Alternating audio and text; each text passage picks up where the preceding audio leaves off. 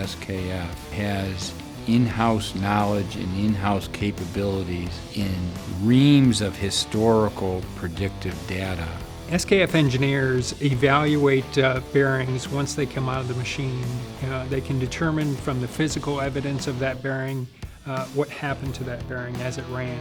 They compare that information to the vibration data, and they can really tell the story as to what deteriorated that bearing so that they can make changes in the future so that doesn't happen again.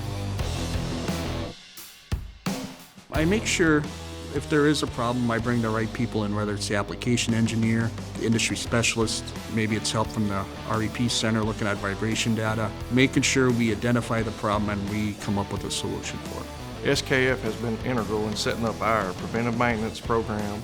We work hand in hand with John every day. He's really a part of our team. When you reach out to him, if there's a problem, you make one telephone call or send one email and you'll have answers.